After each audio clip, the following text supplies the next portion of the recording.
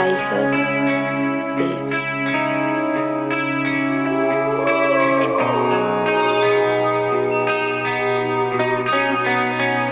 Satria lanitra tsy ferana an-tany tsery fesina ny masoandro tsisy anaty zatsy azo lehibenany anjarako ny mamaritra hoe atraizany fanginany isafidy kika mafy afeteleo vakibatsilany entsy olana zay tokolo miaina hoe sasakalina miandrandra ny maraina olona kany feny azy le tany karakaina ny vona favy tsiro amerifero anjaritaina mafy niaty mila mifoteny malaina tsy azo lafy niny ekena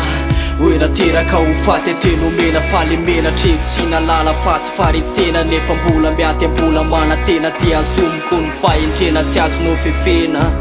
te miandrandra fiovana mbola iposaka ny masoandro tsara fitana sy anjara nefa tsy haiko hoe zay naorona torava tena ndraiky malotava sakalina mangina malahelo lasa saina manontany mbola avy any ve le maraina tenana no mitsiry mavavay mandorony any anatiko any hoe tsy maintsy ho tafita ho raha mbola miaina eto antany aza mety mitanondrika any alava ambany mitrosona amin'ny tany akana lesona refery anarenana ny omana de mbola anatinezina tsy maintsy hiposaka ilay masoandro maraina vavao nefa ho maniny hoaisoanao Ra-TIX Kaiser Beats.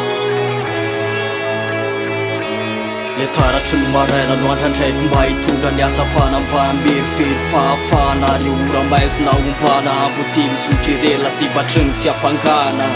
iny sasakalon'elo natsapaky fa hoe miaina ny fanana makivaky nevitra nanketahita nefa ny tany karakaina ijery totika any lasa mba hafahana mandrosy ipanjina ny farafody lanitra manompo mena niosondrany masomena fa naty anany lairapitsy mbola mirehatra atao anaty ka tsy lefina tsy takato na tsy hitako hoe renoko hoe voasorotra ny lalana tsy kotiarana sarety nefa midina ombetika fiakarana ifaratra ny apatsana ka matatra ny fiainana zay tsy ho azonao ny valany mandroso ny vaolana ny valika satsarana finosiny ny apitsy de ny fotoanany mamaritra hoe atraizany fisena ho tafavoaka ny ala fety afaka isoka sanjotra lalandiso de fara anaty kizo de fara anaty kizo sakalina mangina malahelo lasa saina manontany mbola avy any ve le maraina